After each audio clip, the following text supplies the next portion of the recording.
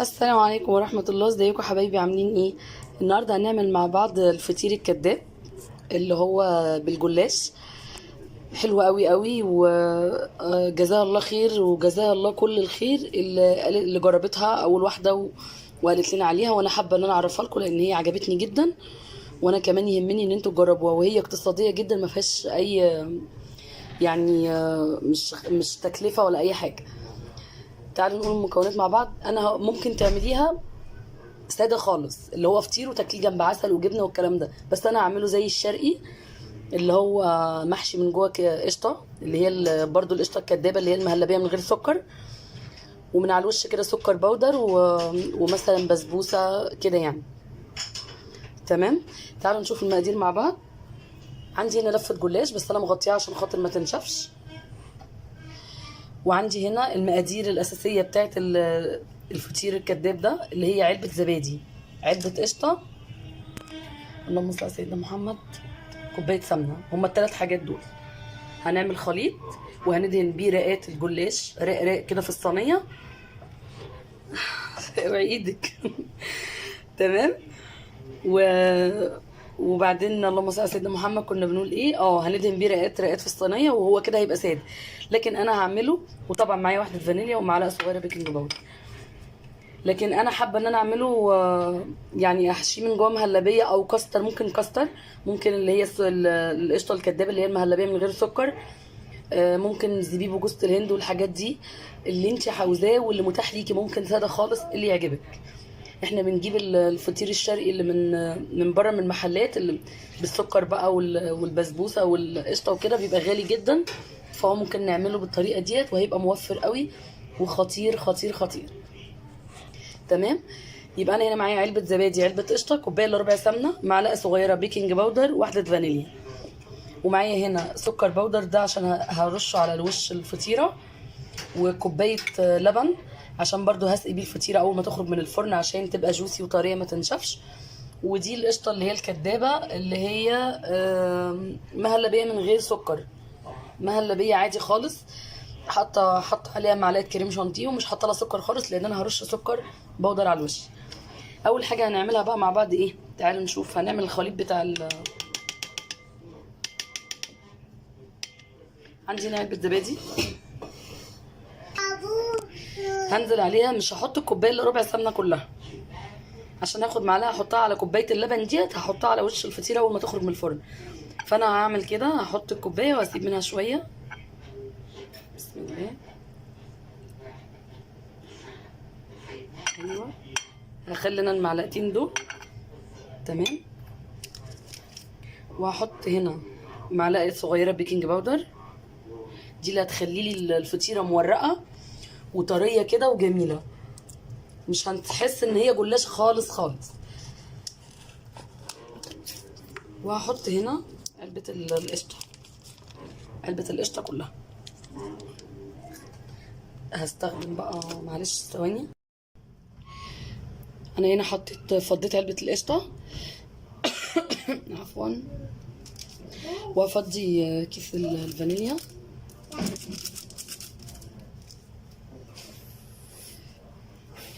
هقلب الخليط بتاعي ده كويس قوي لحد ما كل المكونات تمتزج مع بعض.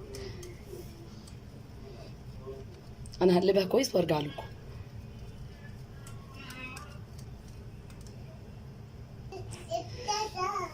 وده شكل الخليط بتاعي اهو، شايفين؟ ده شكل الخليط بتاعي بعد ما قلبت كل المكونات مع بعض. تمام. عندي بقى اجيب صينيه. بسم الله. دي الصينيه بتاعتي.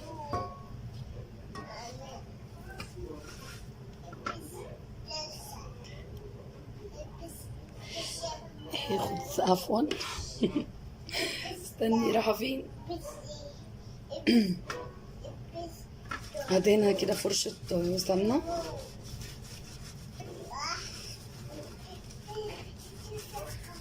وهدهن الجناب كده داير ما يدور. تمام.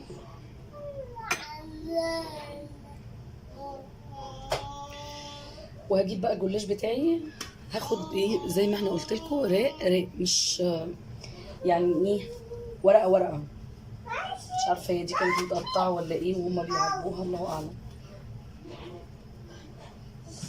تمام. بسم الله الرحمن الرحيم.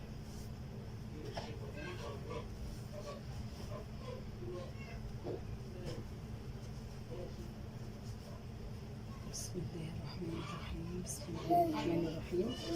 هسلك كده حتى لو هي متقطعه او اي حاجه، ولا في اي مشاكل، مش مشكله. تمام. انا هفردها كده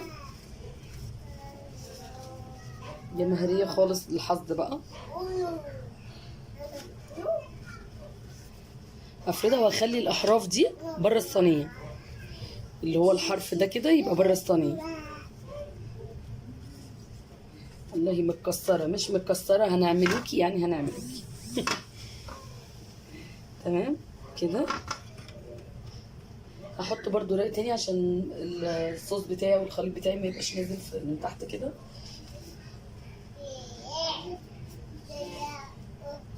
اللي هو كده اهو.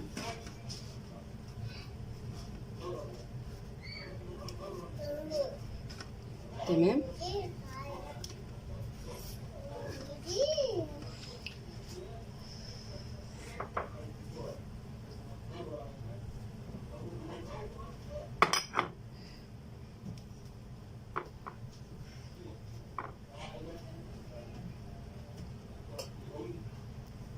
هجيب بقى الخليط بتاعي ده،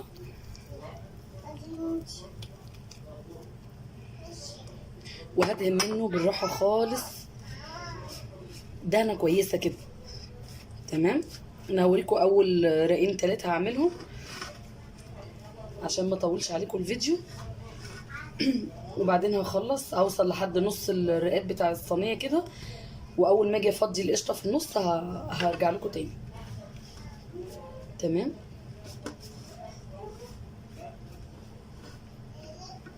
انا كده وزعت الخليط اهو في كل حته.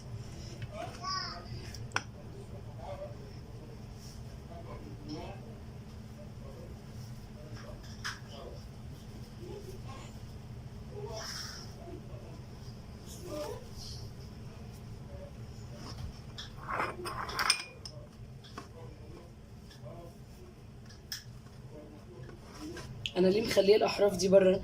عشان في الاخر اتنيها لجوه كده تبقى شكلها مدور كده وما فيهاش اي نعكشه. انما النعكشه الداخليه ديت مش مشكله، دي ورده عادي يعني، ولا هتأثر معايا في اي حاجه. برضو هدهن كده. الخليط هو لازم يبقى تقيل كده شويه بعد ما ضربنا القشطه والزبادي والسمنه مع بعض. على فكره احنا مش حاطين هنا سكر، لان احنا لسه هنرش سكر على الوش. هنعتمد يعني السكر بتاعها على اللي على الوش. تمام. اهي دي الرق التاني.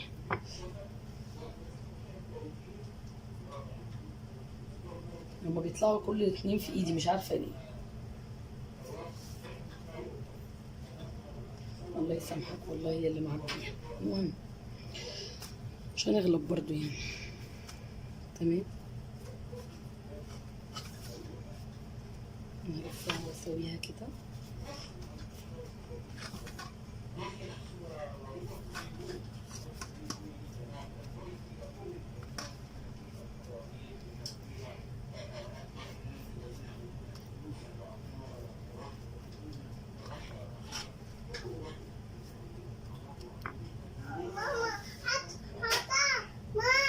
نعم. ماشي روحي وديها جوه. هكمل انا بقى وارجع لكم تاني. انا هنا حطيت نص الكميه. هفضي بقى القشطه الكدابه دي اللي هي المهلبيه من غير سكر. هحط كميه كده، مش هحطها كلها.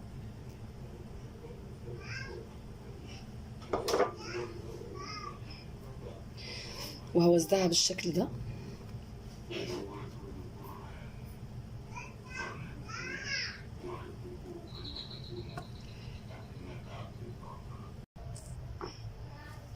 هحط انا هنا، حطيت القشطه اللي هي الكدابه ووزعتها اهو زي ما احنا ما شايفين. لسه كانت اختي بتكلمني في التليفون، بقول لها بعمل الفطير الكداب اللي هو بالجلاش، والله العظيم بتقول لي تحفه، خطير خطير بجد يا جماعه، جربوها هتدعوا لنا ان شاء الله. بصوا هنا فاضل 2 بس، هخليهم عشان هجرنش بيهم برضو على الوش. ازاي؟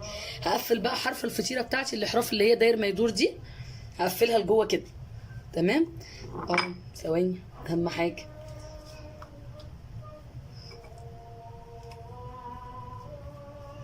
كده.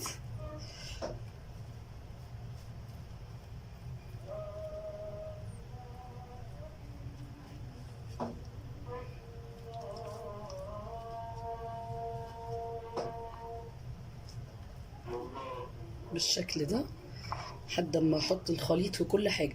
الخليط ده بقى اللي هيخليها لي كده فطيره بجد يعني. تمام. وهقفل بقى الاحراف بتاعتي دي لجوه كده، عشان مش عايزه اي حراف طالعه عن الفطيره عشان ما تتحرقش مني في الفرن. مش مكلفه خالص وزي الفل. تمام.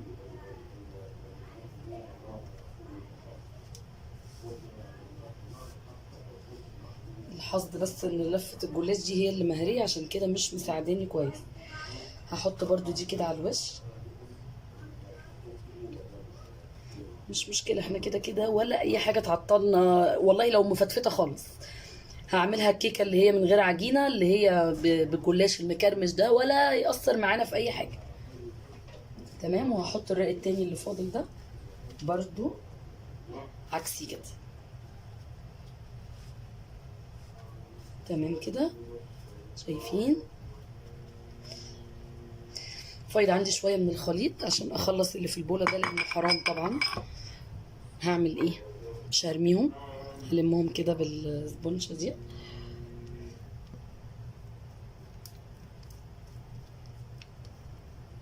وهحطهم هنا عشان ابقى خدت كل حاجه كده، ما نرميش اي حاجه.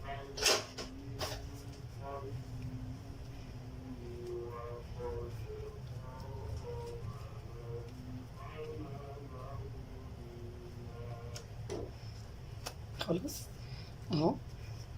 هعمل ايه بقى؟ الحرف ده مش هتنيل بره كده، لا انا هتنيل جوه كده. يعني هعمل كده، هرفع حرف الجلاش كده وهدخل ده جوه كده بالراحه خالص، عشان ما اخليش اي حاجه من الاحراف، فاهمني؟ تبقى ايه؟ تبقى بالشكل ده. وهلفها كده برضو هتني الحرف ده، هرفع كده بالراحه خالص وهروح تانية جوه كده. مش عايزه اي حاجه تبقى باينه.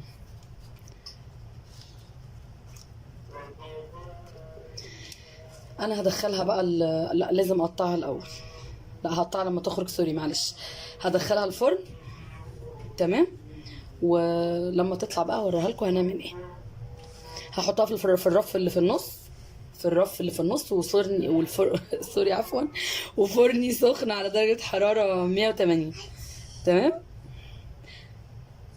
قبل ما ادخلها الفرن دهنت الوش بتاعي سمنة زي ما احنا ما شايفين، ومعلقة من الخليط برضو كنت شايلاها مع السمنة بنفس الشكل ده كده، كلها طرية والمكونات كلها اندمجت كده مع بعض. مسحنا حرف الصينيه خالص، شايفين طريه وجميله ازاي. هندخلها بقى الفرن في الرف اللي في النص، وهرجع لكم تاني اول ما تطلع من الفرن. الفطيره بتاعتنا طلعت من الفرن سخنه مولعه. هعمل ايه؟ قبل اي حاجه هقطعها وهي سخنه كده، معلش سامحوني لان هي بجد بجد سخنه جدا. تمام. قبل ما اسقيها ولا احط عليها اي حاجه هقطعها كده.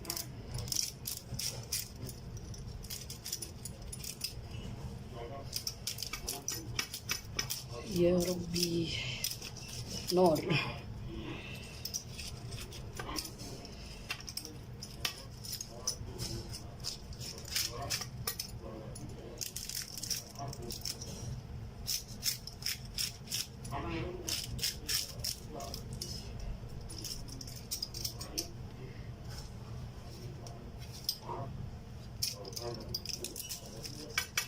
انا هقطعها وارجع لكم. انا هنا قطعتها. عندي هنا بقى حطيت على كوبايه اللبن بتاعتي معلقه سمنه. تمام، هقلبها كده. اللبن دافي، اللبن دافي والفطيره سخنه. تاني، اللبن دافي والفطيره سخنه.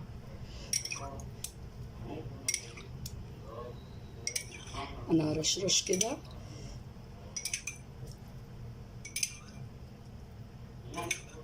علشان انا عاوزاها تبقى طريه جوسي، ما تبقاش ناشفه.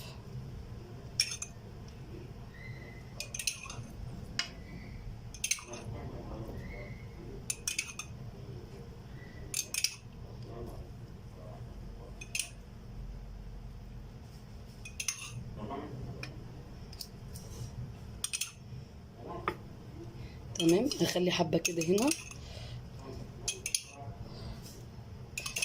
انا لسه كل ده ما حطيتش السكر ولا اي حاجه. عندي هنا بقى ايه السكر البودره بتاعي. حاضر حاضر.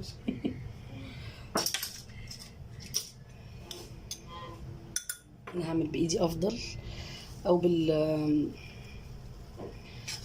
صغيره. بس السكر ده يا جماعه معلومه مهمه، السكر ده عليه جوز الهند. يعني انا طحنته وحطيت عليه معلقتين جوز الهند، عشان ولادي مش بيحبوا جوز الهند، وهي خشنه كده مش لطيفه، ما بيرضوش ياكلوها. احلى فطير شرقي في الدنيا.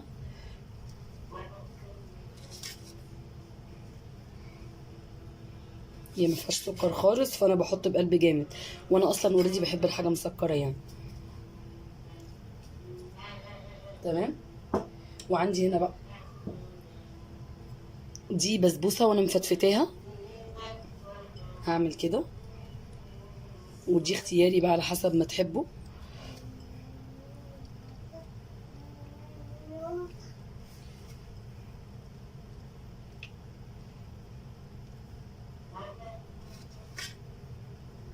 ممكن مش لازم بسبوسه خالص، كفايه الحاجه اللي فيها. وعندي هنا ده زبيب برضو، هرشرش ايه حاجه بسيطه كده.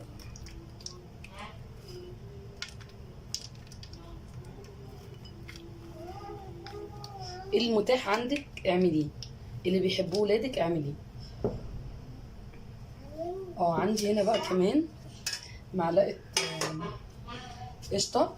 دي معلقه قشطه كانت في العلبه. وعندي هنا هاخد حبه من الكريمه اللي هي القشطه الكدابه كده. تمام. وهعملهم كده مع بعض، اقلب القشطه مع القشطه الكدابه. موجود برضو تعملي كده تمام، مش موجود هي كفايه سكر، ممكن من غير اي حاجه تاكليها جنب عسل كده وجبنه ومش والكلام ده. بص انا بعملها كده عشوائي، انا بس بحب الحاجه تبقى غنيه شويه، فتلاقيني ان انا او دسمه شويه، فتلاقيني ان انا بتوصى يعني شويه، او بكتر في الحاجات دي.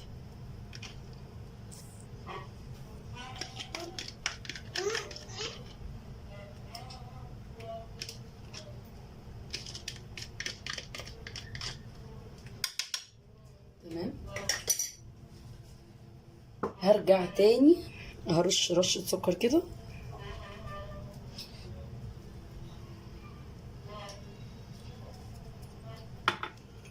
وهحط رشه من اللبن كده برضو اشبع بالسكر باللبن كده عشان تتشرب كويس. وما تنسوش تدعولي دعوه حلوه.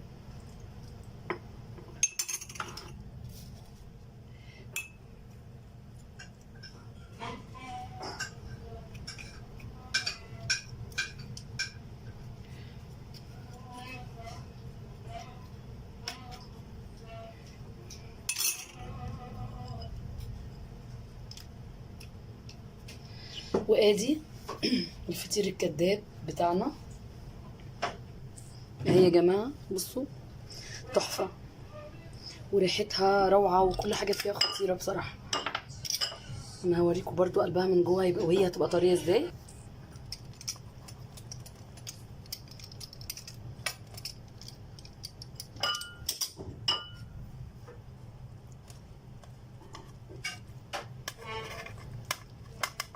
اطلعي. لا ما انا هطلعك يعني. انت شبطانه في ايه حضرتك؟ ايوه بصوا هي من طريانها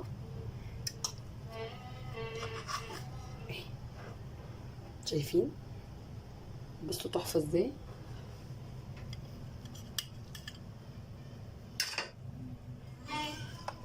بصوا شايفين؟ احلى فطير بنجيبه من بره. بصوا يعني مفيش ولا اروع من كده. شايفين كمان الرقات؟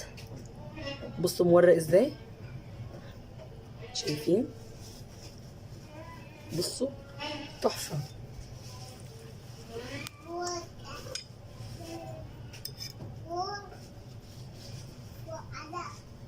خطير خطير خطير. يجنن.